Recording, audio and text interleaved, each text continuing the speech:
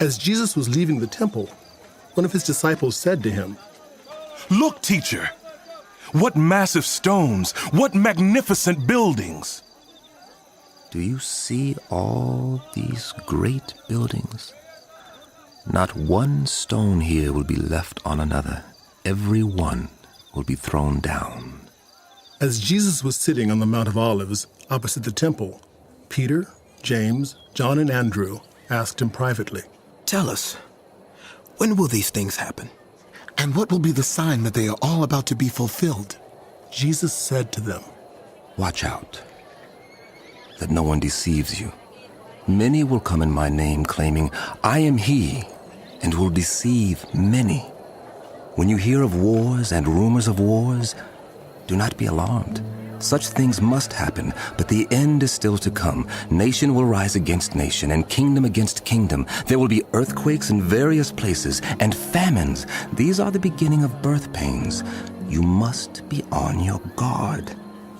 You will be handed over to the local councils and flogged in the synagogues on account of me. You will stand before governors and kings as witnesses to them, and the gospel must first be preached to all nations. Whenever you are arrested and brought to trial, do not worry beforehand about what to say. Just say whatever is given you at the time, for it is not you speaking, but the Holy Spirit. Brother will betray brother to death, and a father his child. Children will rebel against their parents and have them put to death. Everyone will hate you because of me, but those who stand firm to the end will be saved. When you see the abomination that causes desolation standing where it does not belong, let the reader understand.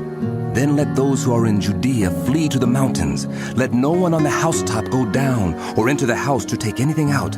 Let no one in the field go back to get their cloak. How dreadful it will be in those days for pregnant women and nursing mothers. Pray that this will not take place in winter, because those will be days of distress unequaled from the beginning when God created the world until now, and never to be equaled again. If the Lord had not cut short those days, no one would survive. But for the sake of the elect, whom he has chosen, he has shortened them.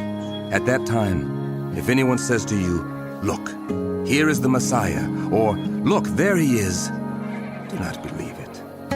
For false messiahs and false prophets will appear and perform signs and wonders to deceive, if possible, even the elect. So be on your guard. I have told you everything ahead of time. But in those days following that distress, the sun will be darkened and the moon will not give its light. The stars will fall from the sky and the heavenly bodies will be shaken. At that time, people will see the Son of Man coming in clouds with great power and glory, and he will send his angels and gather his elect from the four winds, from the ends of the earth to the ends of the heavens.